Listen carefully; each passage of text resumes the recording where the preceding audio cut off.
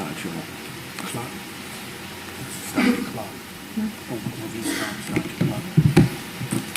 Good evening, Lewis Edmonds, 4th District. I want to start off with thanking the board for the level of detail that's being provided now. When you went in closed session, it was very clear what you were talking about. I appreciate that level of detail and the level of detail on what you were voting on. I think that's a positive change. I didn't realize that Mrs. Dial and I would have a lot of things in common tonight to talk about as far as themes. I was listening to Mrs. Dial while I was driving home today on some of her comments she made before you went into closed session. She stated that I don't play politics, I deal in the facts. Much to the chagrin of some people, I'm not playing politics enough. There are people that wish that I would remain silent now to theoretically improve the political fortunes of their preferred candidates. But I'm going to continue to do what I've always done, stick to the facts, and wherever they go is where they go. Mrs. Dial also mentioned the code of conduct and accused Mr. Collick of violating it. I'd like to remind you of an email I sent to this entire board on June 28th, and I'll quote from that board, I'll quote from that email, quote, "But the board must take a public stand on what is and what is not acceptable behavior from one of its own. If the school board does not hold Mr. Vines accountable now, there will be no moral standing to hold others accountable in the future, and that day will likely come sooner than later." I didn't think that day would come as soon as it did, but here we are. And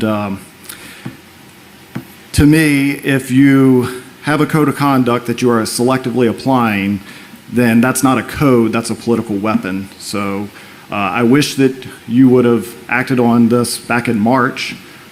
You can still act today, but if you're not going to apply it across the board, then please don't invoke it. The other thing that Mrs. Dow mentioned was defamation. So I'd like to read something else from you today, from earlier this week. The Smithfield Times, this is an article that they published online, I believe, Tuesday, and I will quote from the Smithfield Times. "Vines was not present for the hearing, but he applauded Eason's ruling and ascribed racist motivations to Edmonds and the petition signer speaking to the Times by phone after the hearing." Quote from Mr. Vines, "Basically, the board is predominantly black. They were trying to get me, a black man, removed from the board," Vines said, referring to Edmonds' efforts as, quote, "purely political and a witch hunt."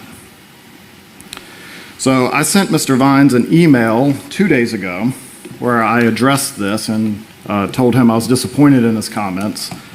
I pointed out a couple of things to him. One, I explained how I defended him and Mr. Cunningham in an email to Mrs. Carr the night after the two of you were appointed to the school board, where some people were questioning the way that you were, the policy that was used to appoint you.